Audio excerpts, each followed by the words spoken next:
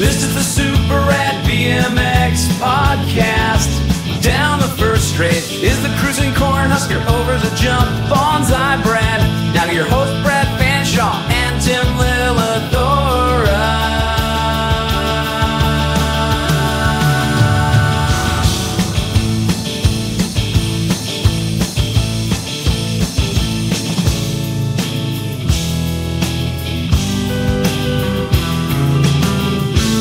Welcome back. In this exciting part 2 of our interview with BMX legend Bill Ryan, we dive deep into the evolution and future of the iconic Supercross BMX brand. Bill shares insider stories, key moments in BMX history, and what's next for the brand that has shaped the sport we love. You don't want to miss this one. Let's get started. That's kind of the formative years. But then I read something that was really interesting to me because of my, background in manufacturing and fabricating and building cars and stuff, which was that you found a local shop that a friend of yours dad had, and you started welding up some bikes. I want to hear about this. So when I lived over in Cyprus, right down the street from me was a gentleman by the name of Larry Elliott. And you probably remember Larry Elliott from racing side hats. And his dad, Ray Elliott, rest his soul, wonderful, wonderful man. When I had my co-sponsorship with Torker, I was always cracking my Torkers. And I would take them over to Ray and say, hey, Ray, can you re-weld this? Hey, Bill, can I just interrupt for 1 second? You've talked about cracking and breaking these Torkers. You do have Torker as a brand now. So totally understand, but just being honest. I've never even seen a broken Torker. I never broke my Torker. I thought they were bulletproof. Yeah, well, they are now. Okay, that's what I was looking for. They are now. They are now. But no, I would crack it. And part of it was just that I was hard on all my bikes back then, no matter what it was. I mean, we were kids. We were stupid. We would destroy things, there's a loading dock. Let's jump off the loading dock. Yeah, well, let's jump off a school roof. You're right. We jumped off every curb that we saw, right? I mean, it didn't matter. Anything we could jump off, we were jumping off of, It was one of those things. But Ray was a great man. And after he used to make the pedal-proof wheels. I don't know if you remember the pedal-proof wheels, but they were used on side hacks for a while. BMX Action did a write-up on them for a while. They were a spun aluminum disc that looked like a centerline BMX wheel. Oh, yeah. Those were cool.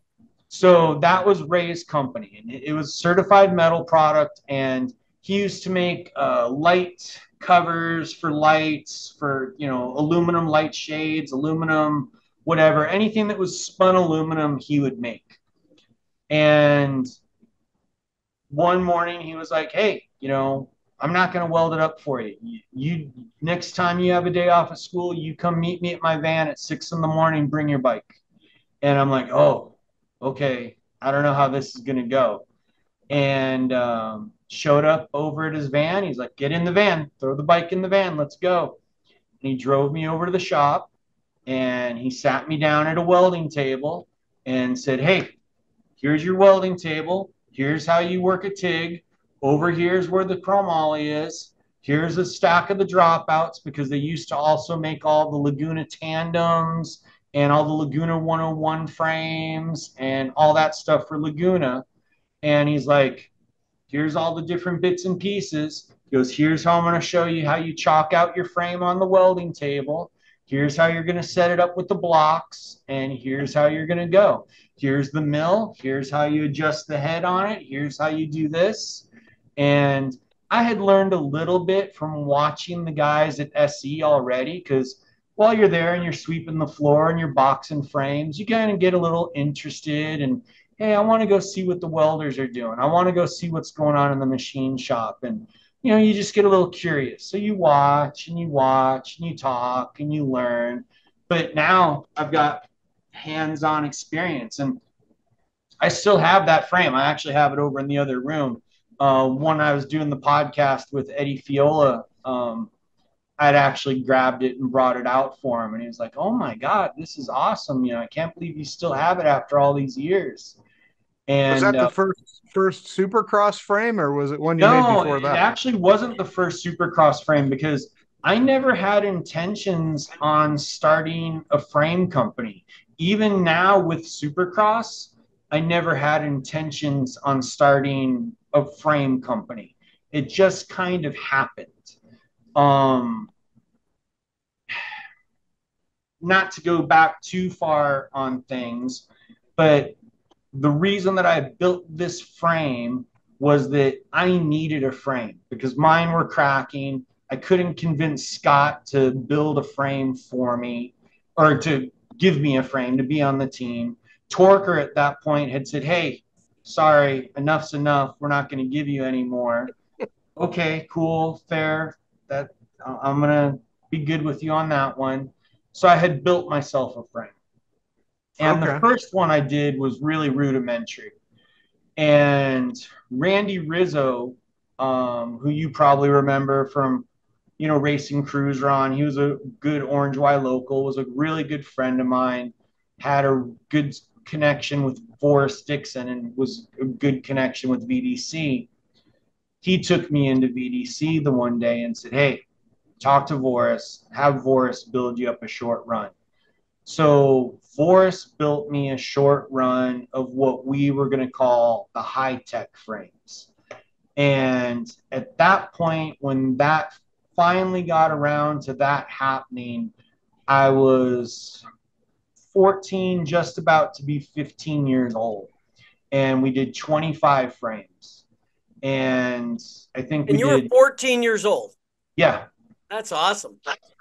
And we did 10 short ones and 15 long ones. And I showed up at the track with it, and it was a VDC built, nice frame, not one of the ones that I built. And Scott looked down at it and he's like, hey, what's that? And I'm like, oh, I'm going to start my own frame company. I'm going to do this. And he's like, man, he goes, I was going to tell you when you came into work on Monday, I was going to sponsor you. I was going to put you on the team. I was going to let you pick whatever quad angle you wanted. There you go. I was like, oh, shit, really? And at the time, I didn't know it, but you guys will know it. There was another high tech out of Northern California that was a guy that had a moving company that was trying to do a company. Well, I had gotten my frame into BMX Plus magazine. It had my bedroom phone number on it, had my home address on it, and the guy called me and he's like, I'm going to sue you. And I was like, huh? Oh, jeez. Dude, I'm a kid. Yeah. And I'm like, okay. And I just stopped because he's like, you either stop or I'm going to sue you. Okay, I'm going to stop. And that's when Scott said, hey, go pick whatever quads you want, pick whatever landing gear you want, I'll order you up a uniform and away you go. So I was like, oh, okay. So that kind of killed that high-tech dream. We did the 25 frames. Yeah. And where did those all go? Did they sell fast? Yeah, they sold instantly. I mean, as soon as that issue of BMX Plus came out, we sold all 25. I mean, I kept one. I gave one to my buddy Jimmy, another one to another one of my buddies. But the other 23 were gone within, I'm going to say within 2 days of that issue of BMX Plus coming out. And I could have probably sold another 100 of them right away. And Voris actually wanted me to build more. And I told him, I said, well, hey, I'm afraid I'm going to get sued. I can't do this. And he actually took the design and gave the design to the Skirtos over at ProNeck. And they just added one extra bar and called it the National Pro. And I'll be darned. Wow. They sold so I wonder, thousands of those. Oh, yeah. Yeah, I wonder if the Northern California high-tech guy even sold any frames. Yeah, I don't know. Yeah. I mean, he just kind of strong-armed you there with a little threat, and here you are. as a 14-year-old kid, you're like, oh, I don't want to get sued. Yeah, But exactly. You know, he here I probably am, could have kept 14-year-old going. kid, single mom, to where it's like, I don't know what I'm going to do. I didn't have any parental guidance to really go to at that point. So it's Yeah. like, okay. So at that point, I was still working at SC, and I had heard that Karsten Berg had left Arrow and that JMV Dresswear was looking for someone to work for Arrow. So I was like, oh, okay. Well, I'm going to go to work for Arrow on the side then too. I'm going to make some money because I wasn't making enough money at SE. So I'm like, oh, I'll start hustling some Arrow pants too. And I didn't get the job at Arrow because he was like, hey, you're a 15-year-old kid. I'm not going to give you a job selling pants. Why would I do that? And I'm like, well, I'm going to all the races and I know everybody who's out there, and I can make this happen. And he's like, no, I'm not going to do that. And he ended up giving the job to Yvonne Shoup over at Free Agent. Oh yeah. I've got no problem with that. Yvonne's a wonderful lady. I mean, Yes. she's amazing. And Bill, you had the perfect opportunity. You should have looked at the guy and said, listen, I might only be 15, but somebody can sue me for, infringement rights, so I should be able to get the job. right. Yeah, Well, man. what I ended up doing though is I told him, I said, hey, you're a cut and sew shop, because he was making the Max pants, he was making the Arrow pants, he was making JT pants, he was making Larry Wilcox action wear line, he Wow. was making the Gold line pants, he was making, I mean, any and every Gold pant. line. Yeah. Really? Yeah, they made those Yeah. with the leftover clippings from all the other ones. So He was making all kinds of pants. And The gold line pants. I said, if I come up with my own pant, will you let me do this? Yeah. And he's like, yeah. So we decided to come up with the name Tech, and we launched Tech Race Pants. And Sure. that's when I got remember Billy those. Griggs on board. I got Brian Lopes on board. I got Kiyomi Waller on board, and we were just like, hey, let's make this happen. And it wasn't that I wanted to have a race pant company. I mean, we had Steve Veltman, we had Cecil Johns. I mean, we had a ton of big riders. And it was funny. Joe was like, man, I should have given you the job for Arrow. You're I selling was way just more gonna say Tech you pants. wanted a job, didn't you? And Yeah, I just wanted a job. I just wanted to be able to eat because I wasn't making enough money to eat. And I wanted a job to be able to make enough money to eat. And that was something that I carried along through the whole time. And when we ended up doing Supercross, part of the way that we started up Supercross is that Billy Harrison was our main pro on Tech. We had Glenn Pavlovsky, Brian Lopes, Billy Harrison, Bogey Gibbons. I mean, we had quite a team, and I couldn't get anybody to give us bikes. And I was like, man, you know what? We're just going to make one. And we built a bike. And again, it wasn't something that we decided, oh, we're going to become a bike company and we had this great business plan. We just decided that we were going to make a bike so that Billy could have a bike so that he could race it, because I wanted to be able to sell a few frames so I could help pay to get him to a few races. Now, was this the double wishbone design that you Yeah, had? that was the secondary seat stay design. Okay. Oh, Is that Tim it? got a photo of it. There we go. I borrowed this, okay. That's from- awesome. From BMX Museum. So I don't know whose bike that is, but it says it's a 1989. Looking at it, I'm gonna say it's probably a 90. I mean, yeah. But yeah, real Okay. close.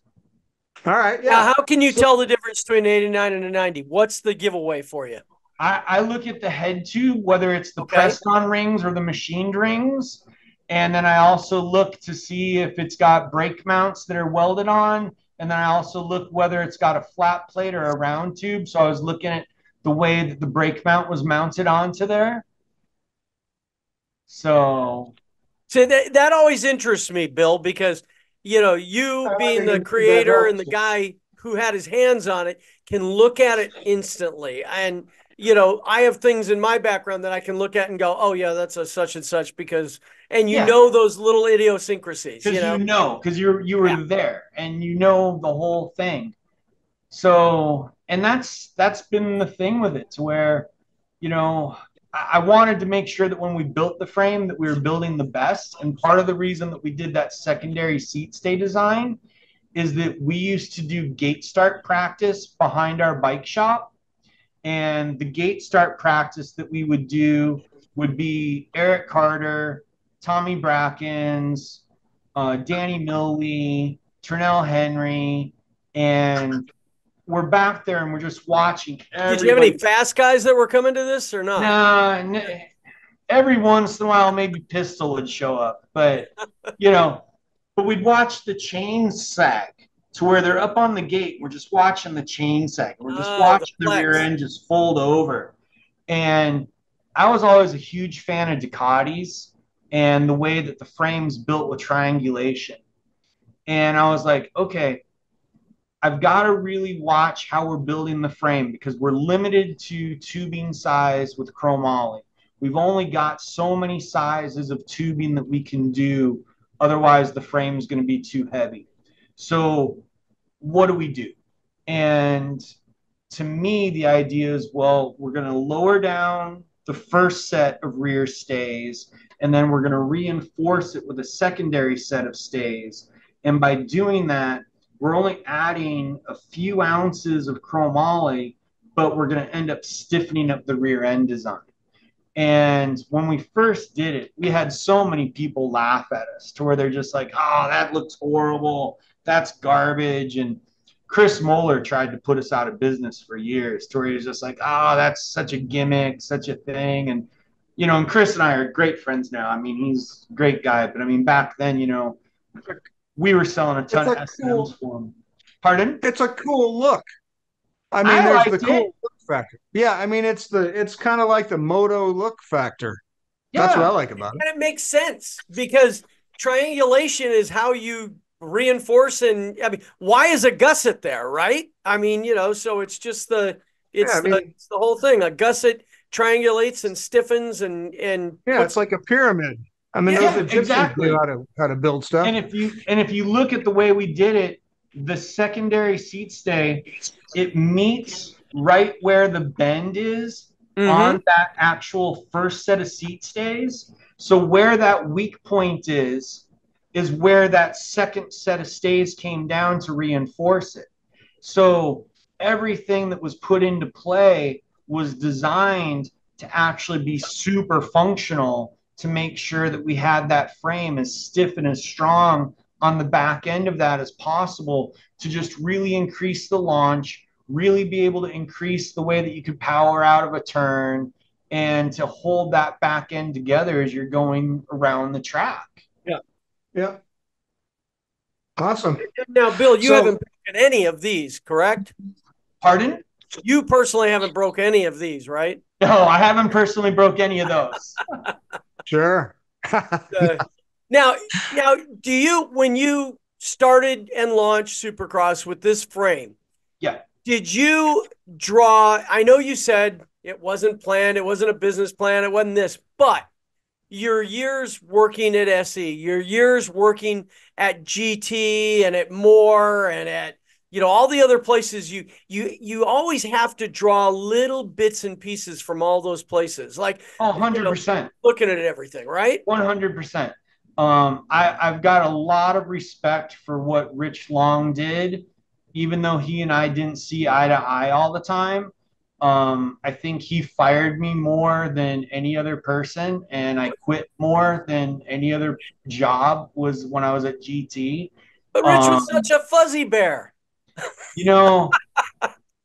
He and I got so much admiration for the man. Yes. And what he did for the sport this sport would not be where it is today without him. I watched him personally save so many things with the magazines, with the sanctions, to where when sanctions were having trouble, it was like, fine, I'll sponsor the series. How many races do you need me to sponsor? Oh, all of them? Okay, I'll sponsor all of them. You know, I was just going to say, Rich was always very strict and tough in his dealings. This goes back to ABA when I was the vice president there. And he always had a reason. There was a methodology to it. It wasn't just to be a jerk. It was because he was spending money. Yeah. And he did the same thing with BMX Plus magazine when BMX Action went out of business. You know, Roland was going to fold High Torque. Mm-hmm. And he's like, hey, I'm not going to let High Torque go out of business. We need a newsstand publication. We need a publication in grocery stores. How many ads do you need me to buy to keep your magazine afloat? Wow. Okay, great. I'll buy incredible. That many ads. But my riders are on the cover. My riders are on the test bikes. My riders are on this. My riders are on that. I'll buy all the ads that you need. I'll subsidize it. I'll make sure it happens. But this is what's going to happen. And me being young and dumb, I didn't always see that. Now, being much older, I've got so much admiration for it. Because what he was doing was to try and save the sport. Oh, and he started off, you know, he was a track operator. He was a bike shop owner. I mean, he came up through the ranks. I mean, you know, when I left GT my first time, or not the first time, the last time I left GT, I ended up going to work for Turnell Henry with his bicycle shop.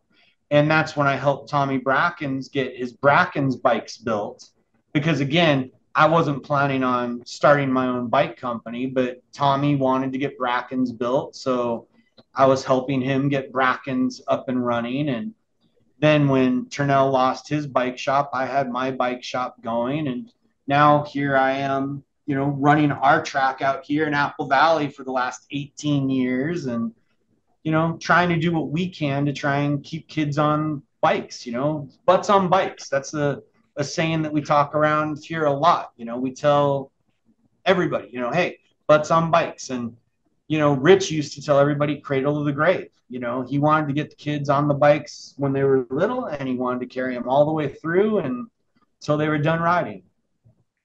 So, hey, I was wondering if we could maybe change the topic before we run out of time because I'm sorry, I'm getting long-winded. No, you're not. No. It's really interesting. This is what we like. Oh my God, it's information I hadn't known, and it's information everybody wants to know about. So it's been great. But Brad, is it okay if I ask one question here? Hey, that's what we're here to do, man. You don't have to ask me. May I have permission? Okay, Bill, Supercross has sponsored a lot of great riders, and I thought that'd be a good topic if you could talk about some of the, you know, famous riders that you have sponsored over the decades. Wow, that is actually something that I'm working on right now as a book. Gork has pushed me on to do this because my son was like, hey, Dad, you know, it's 35 years of Supercross. We need to do something to write about this. But if we write about 35 years of Supercross, you'll never be able to get anything done. So he goes, let's write about the top 35 pros that have ridden for Supercross over the last 35 years. And when I had to sit down and think about it, I was like, well, we've had Mara Stromberg's riding for us. We've had Bubba Harris riding for us, Anthony Dean, Samantha Cools, Todd Lyons, Jared Garcia, Jeremy Rommel, Danny George, Lexus Colby, Spencer Cole. On the freestyle side, Todd Anderson, you know, Bob Cole. Billy Harrison was the first one. Eric Jones. I mean, Eric had a killer time riding for us. JP Fellon, you know, fellow Nebraskan. You know, The list is crazy to where when I started to write out, it's like, okay, let's start doing the top 35 over the last 35 years. And I'm like, wow, I'm going to have to really cut this down because as I started to really think about it, we've had probably 50 to 60 pros over the last 35 years that we've helped. And That's a big number. I was thinking maybe you'd list 10 or 12. That's 35. That's quite an impact, dude. yeah, I mean, and that's the thing to where I was so proud that, we were able to help Samantha Cools get to the Olympics for the first time. I was so proud that when Morris Stromberg's retired, he retired on a Supercross. Having Anthony Dean ride for us for those couple of years when he was literally killing it, getting second at Grands every year, right behind Connor and Joris. That was amazing. James Pritchard. I mean, how can you forget Chainsaw? That guy is just amazing. The stories I've got about Chainsaw. I mean, I think that guy, the entire time we went on summer tour in 91, he didn't pay for a single meal. Got a lot of girls' phone numbers and didn't pay for a single meal.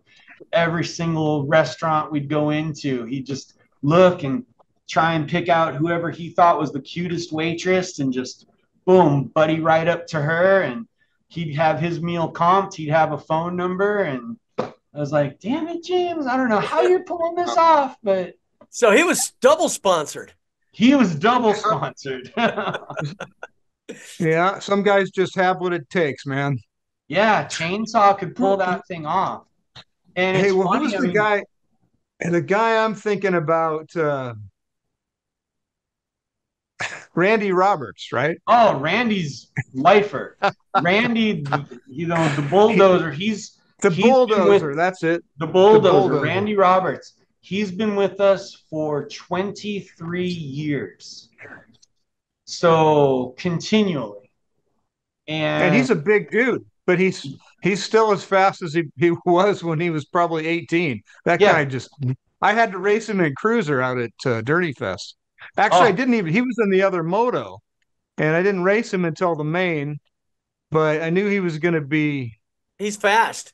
He's still yeah. fast, man. can I And tell then a weird yeah. little side story? Yeah. So when we were first going from Answer racing pants to Fly racing pants, we ordered the gear for it to be sent out to Salt Lake. And I ordered a pair of 44 pants for Randy. And Terry Baisley calls me up and he's like, hey, Bill, he goes, I know we're just starting the deal off. If you need a pair of pants for a buddy or something, that's cool. Just tell me. But don't try and sneak it in with sponsorship stuff because that's not cool. And we'll drop the deal right away. And I'm like, Terry, Wow. I said, it's not. I go, it's for Randy. And he goes, Bill, there is not a single BMX racer that is actively competitive that belongs on a factory team that wears a pair of 44 pants. He goes, so don't lie to Oh me. my gosh. And I'm like, Terry, I said, I'm not lying to you. And this is when Terry and I had just first really started knowing each other. And I'm like, Terry, I said, trust me, they're for Randy. You're going to see him this weekend. He's going to be racing A Pro. And he goes, Bill, no one with a 44 waist is racing A Pro. He goes, stop lying to me. And I'm like, Terry, I'm telling you, they're for Randy. Randy went out and doubled that weekend in A Pro, right? Cleaned up both days, beat Eric Root, beat Mikey Day, everybody. I mean, Mikey Day, silver medalist from the Olympics, waxed him, right? Terry calls me up on Monday and he's like, Bill, I am so sorry, but how the F do you get a fat kid to go that fast? And I was That's just what I like, Wow. Yeah, he's a cool dude. well, if you ever met Randy's dad, rest in peace. Randy's dad, Eddie, was the nicest man you'd ever meet. And Randy is full blown Indian. And Eddie, you could see, I mean, Indian. I mean, his hand, I mean, 10 times the size of my hand. I mean, just Wow. a big, big dude, just Indian, big dude. And Randy got those traits. He And could have been a pro wrestler or a professional arm wrestler or uh but it's a big Randy, man.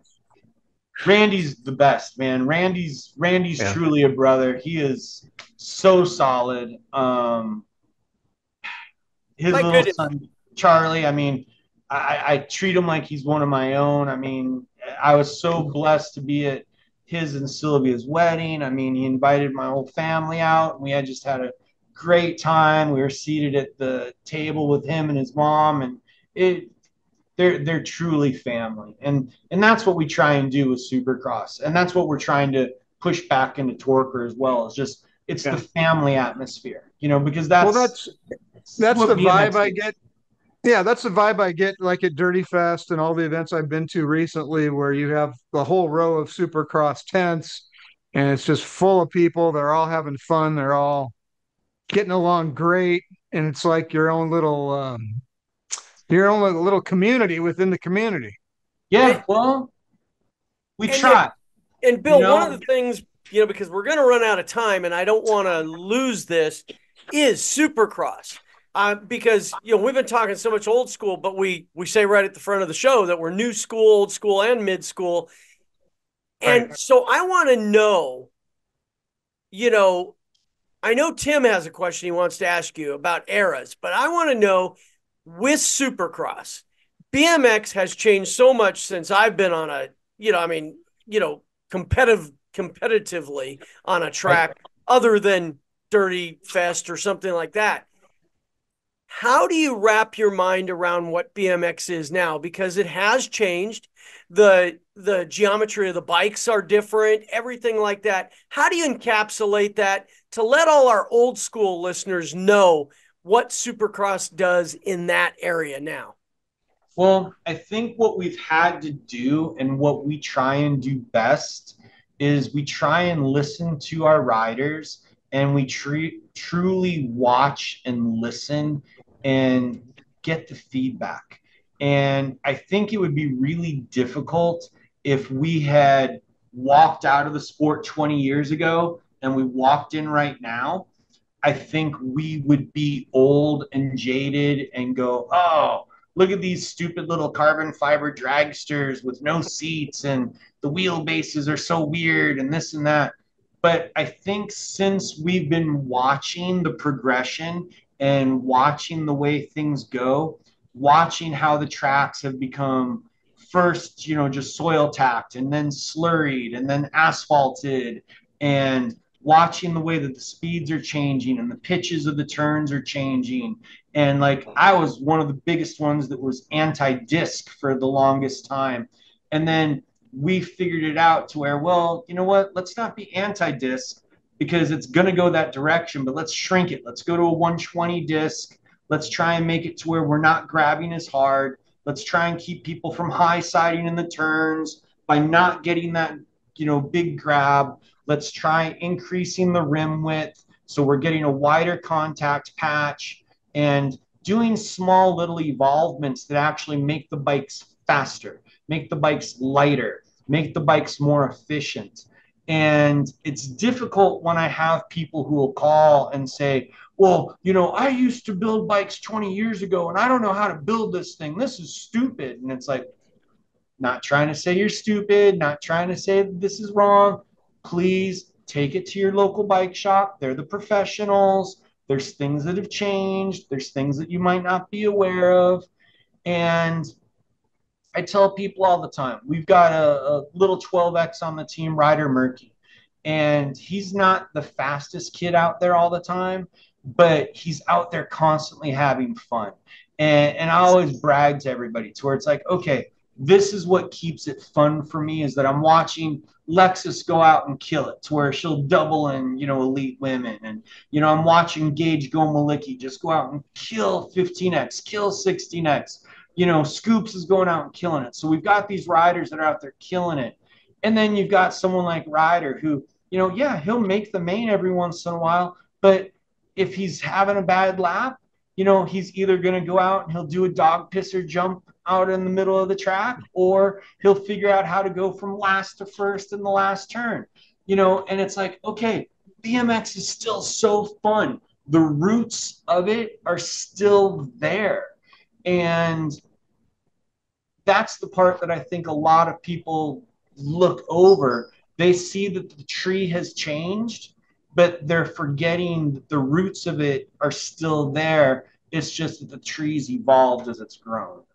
I mean, technologically, it has advanced sure. From a mongoose with a 4130 chromoly front triangle to now we're talking about, composites and carbon fibers and things like that, right? Monocoque carbon, Toray T1100 KS, where we're refining the carbon fiber down to where it's fiber optic thin and smooth, and we're using all the special pre-preg material. We're using these special steel molds so that there's zero voids.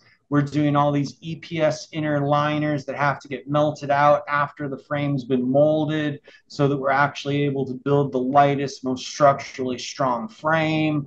And, there's other ways that you can do things, but not when you want to try and achieve the best. And that's part of what we've been trying to do the entire time.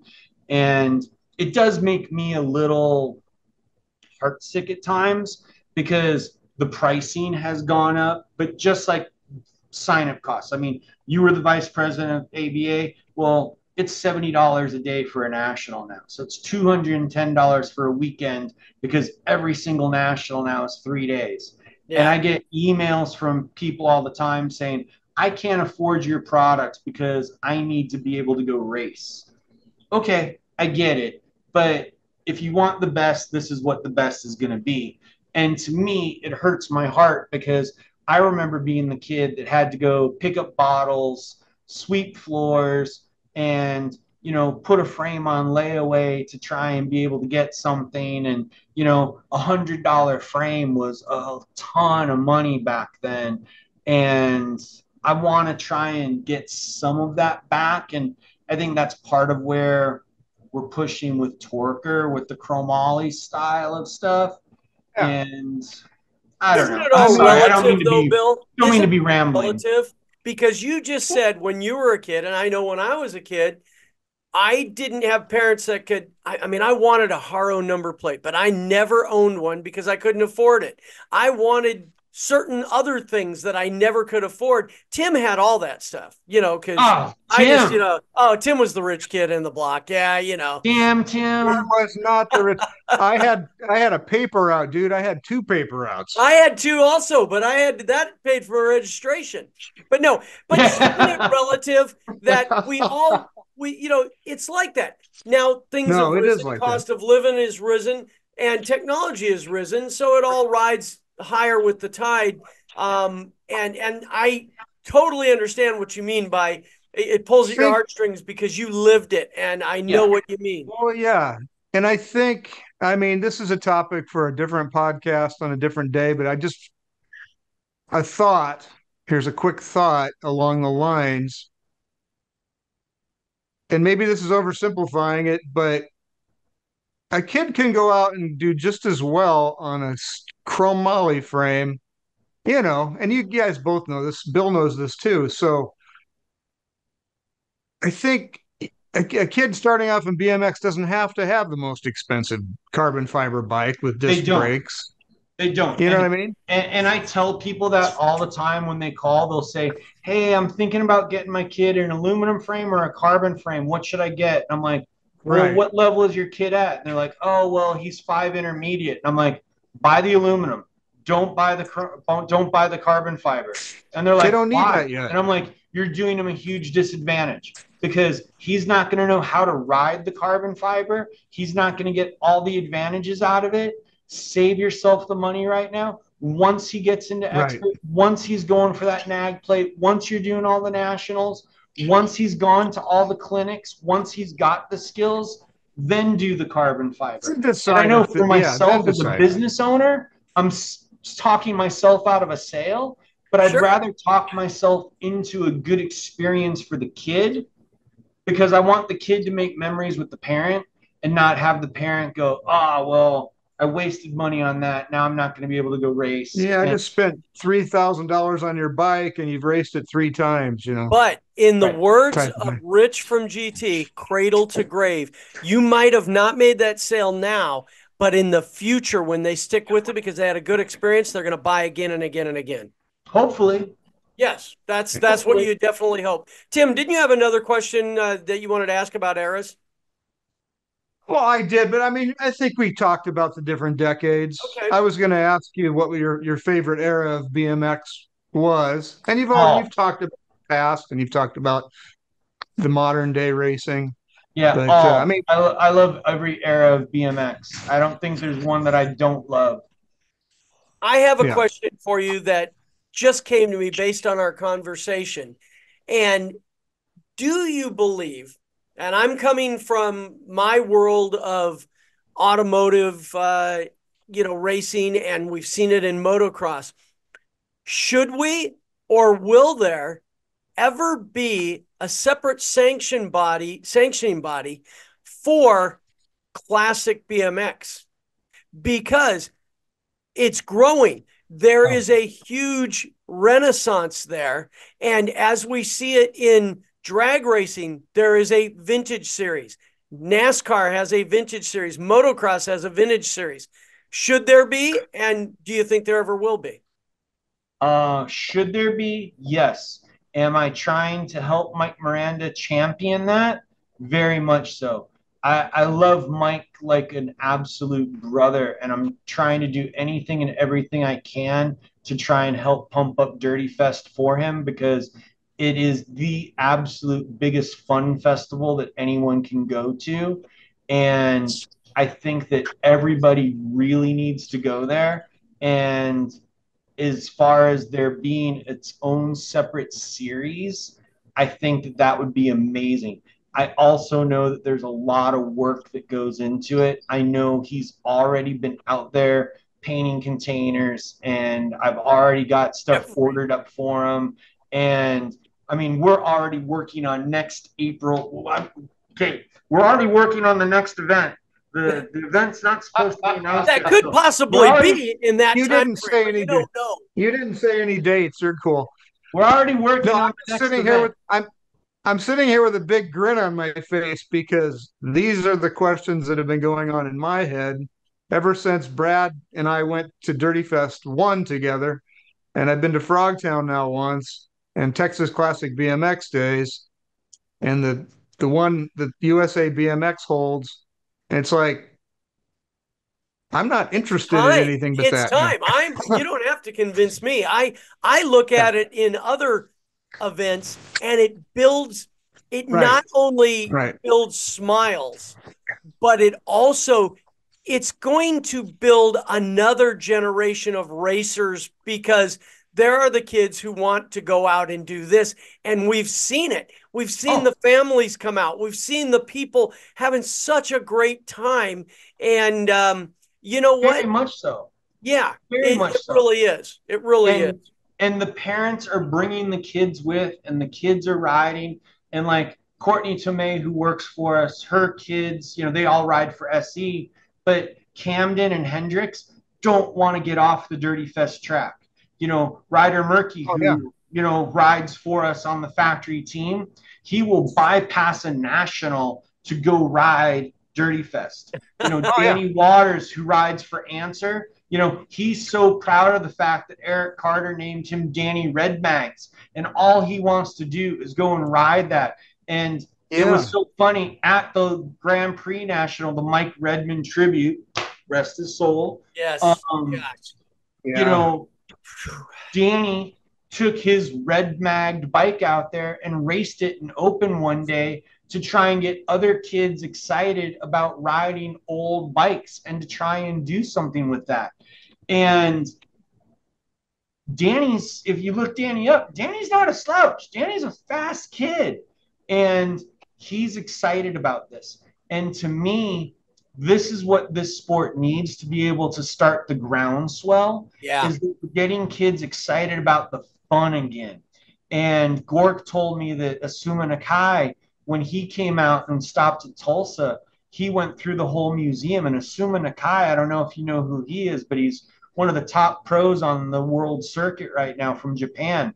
Super, super badass, super stylish. And he's super into the classic BMX and classic mountain bikes. And he bought a couple old BMX actions and stuff that Gork had doubles of because he was so excited to see it because he couldn't get them back in Japan. And here's a kid who's 22 years old that is just so excited about it. And it's like, yes, this is the infection we need. This is the disease we need to really infect BMX to get it where we want it to go. I mean, I told Shannon Gillette just the other day, I said, look, man, my goal, my dream with Supercross, with Torker, with everything that we're trying to do, I want to make BMX bigger than it was in the early 80s. I want to make BMX be the greatest sport ever. And that's part of why I'm working so hard to do the deals that we're doing with Vans, to do the deals we're doing with Hydro Flask, to do the deals that we're trying to do with Oakley, to try and get these bigger corporations involved to say, hey, we're a little nobody down here in BMX. We're a little pimple on an elephant's butt, but please help us. We're down here in BMX, and I know if you do something for us, we're going to make it be great for you because these BMX kids, they also moto. They also go to school. They also ride mountain bike. They also do all kinds of other things. And they recognize your brands, and your brands are so entrenched in the mainstream. If you can help us, we can help you. So please, and I don't know, it's Bill, part no, of what you're I do on you're the daily. on the right track. When I owned Boyd's and Hot Rods by Boyd, when I had Boyd wheels, it was funny. You said Rich used to say cradle to grave, and one of the things, and they're still there, and this is something I'd encourage you to look at. I did a licensing deal with model car companies and with Mead school folders. And this is the one that I'm talking about is still there. I didn't make a dime on it.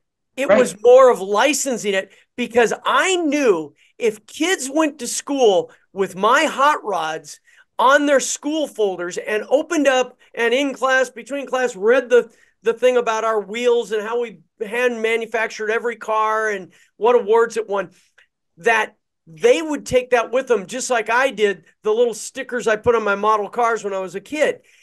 This might be something also, because if kids go to school and they've got a school folder, it's one of the few things that are still classic that kids still use, notebooks and folders at school. And if you can get your imagery on those, then it starts that groundswell and it lights that fuse. And it would be a great thing. Correct. And I love that idea. That's amazing. It's every now and then, Brad has some pretty good ideas. But no, I love what you're doing. I love how you are taking it and trying to. I'm excited. Tim. I'm excited, and we're doing the show. I know, but it's all because excited. of the guest man. We're gonna have to have him back. I get excited when I watch Bill on his Supercross, little things, YouTube videos you do, or like when you're on internet, because you've got to be the hardest working guy in BMX, but the most energetic guy in BMX at the same time. And your heart's Tim, in it. why did we do Super Rad BMX? Because we still love it. We still have this passion for it. And it's, I think, something that Bill talks about all the time is spreading the word. It's like a virus. If we can get one person infected, they're going to get another infected, but all in a good way. It's not like COVID. All in a good way. It's like when BMX Action Magazine would come out, back in the day. That was our hookup for BMX. Okay, we got to wrap this episode off. We're going to have you back at some time because, there's tons of things that I still want to talk to you about. But thank you so much for taking your valuable time and coming. Thank you for having me. I really appreciate it. When Miranda called me and he was like, hey, I need you to do this. Brad is going to call you. You need to do this. And then when you said, hey, I need you to be on the big number 3, I'm like, hey, is that a joke about my weight? I'm really trying to watch this. They're all big. I'm drinking water. I'm on a veggie diet. Come on. I'm trying to watch this. I appreciated Miranda giving me the hookup because I said, hey, I really would like to have Bill on. And Tim and I had talked about it. And he goes, oh, I can hook you up. We're like brothers, man. And I said, oh, that would be great. Because you know what? I still hate calling people that I don't know out of the blue and going, hey, I don't know if you know who I am, but I'd love to have you on my podcast. And, so it's always great when there's an introduction, So no, it was funny because Miranda was like, hey, you're going to get an unknown number calling you. Pick it up and just say yes. And I'm like, okay. And he's like, you're going to do it? And I said, yeah. And he goes, ookie, ookie, ookie. And I'm like, oh. Well, if I would have known he phrased it like that, I would have said, Bill, Brad, I need one of those candy blue Torkers that you got coming out. And you'd go, yes. Yeah. And it would have worked perfect. But, hey. Now you know for next time. There we go. Website addresses can they find all of your companies at? Supercrossbmx.com, torkerracing.com. Those are the main websites. All the Instagram handles, Supercross BMX, Torker Racing, and we're everywhere on our YouTube. Supercross BMX on YouTube, right? Yep, Supercross BMX on YouTube, Torker BMX on YouTube. We're everywhere, I guess. That's what my son tells me. We'll also have it in our show notes. We're big in Japan, as they say. It'll be in the show notes, so you'll be able to find him. Hey, we're going to round out this episode with a segment that this is the first time we've done it. It's not the last. Tim and I have pretty extensive collections of vintage BMX stuff, and we're going to be showing it off from time to time. But this time, this is your chance to take one of them home. So I pulled out some samples from my extensive BMX sticker collection that I've been collecting since 1975. Can I win? You can. Let me just say this.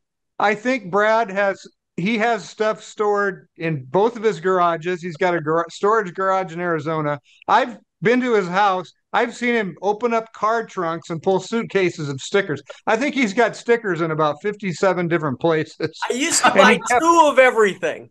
And he kept everything. So I thought my sticker collection was amazing, but his is much bigger. I'm going to show you 4 samples. They have a theme because they're around organizations this week. The first one is GPV, gravity-powered vehicles. You talk about Scott Bryhop. Yep. Scott and I put on the GPV races at the Palm Springs Tramway. And my bike was part of the competition, but Tommy Brackens won the thing. Yes, he did. That scared the hell out of me. And Banner almost went to jail. Oh, everything about that. Vision Streetwear was part of it. Here's one that's not seen very often, but ABA Freestyle. That was when we decided that we were going to get into the freestyle biz. And the funny little side story of that is that the very first event that I ever put on at the Velodrome, my wife was in charge of registration, and she told me, you're not going to believe this. Some guy came up 10 minutes after registration, wanted to get in. And I said, oh, really? And she goes, I go, who was it? And she goes, some guy named Eddie Fiola. And I said, oh, my God. I stumbled out the door, and I go, Eddie, come here. I said, we can get you in. I go, Charlotte, he's the show, okay? Yeah. This is one that's near and dear to Tim and I, Bicycles and Dirt. So from our old magazine, sticker from Bicycles and Dirt. And this is an old ABA sticker from the Hutch Galindo Designs, Tulsa, Oklahoma, 84 Grand Nationals, an event sticker.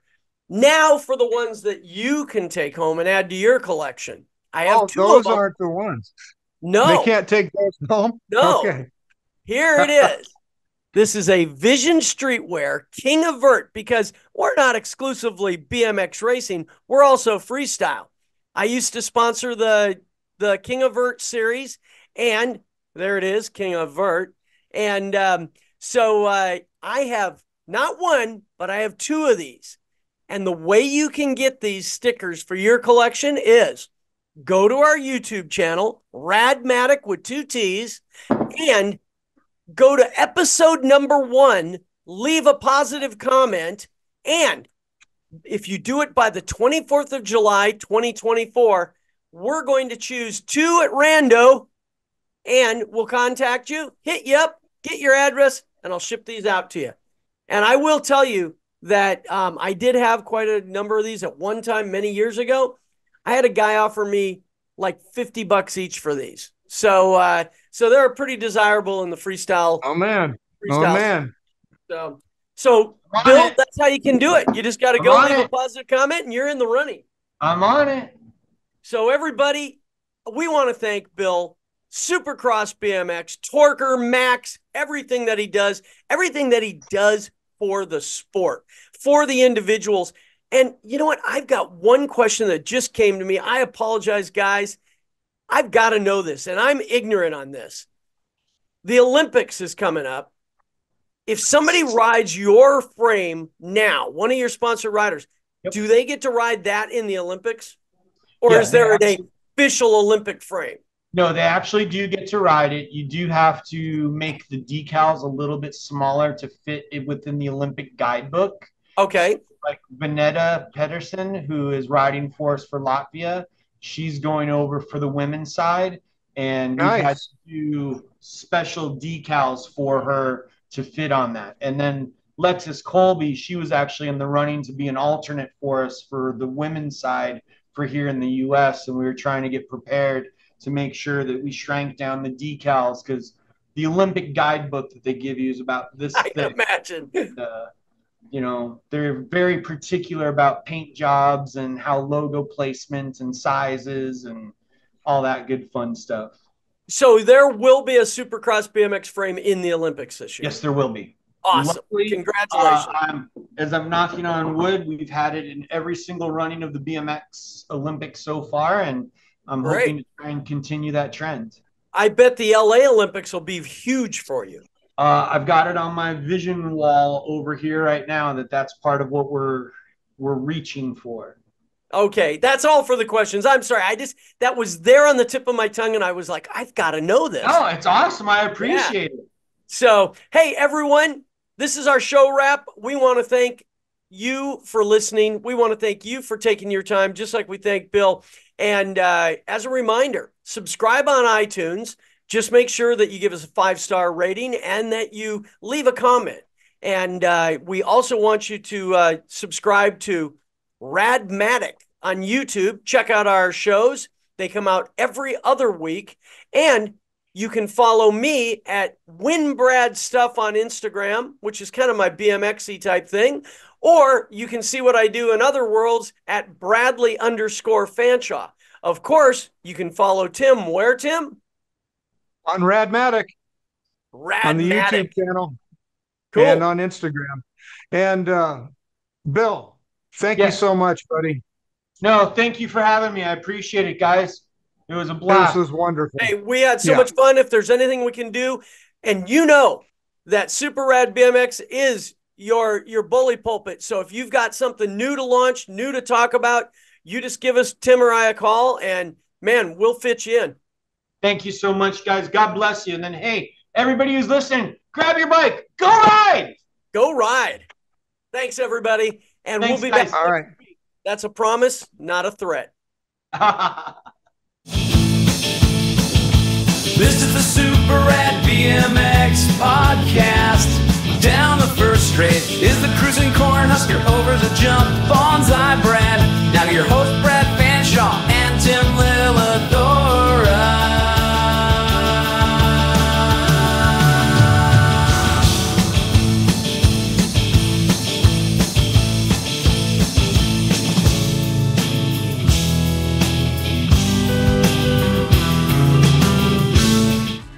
Get ready to represent the Super Rad BMX Podcast in style with these Rad BMX t-shirts. They're perfect for listening to your favorite Super Rad BMX Podcast episodes, hitting the track, or cruising around town. and showing off your passion for BMX culture. Join the Super Rad BMX community and showcase your love for this podcast with these awesome vintage BMX t-shirts. Order yours today on radmatic.com and ride in style.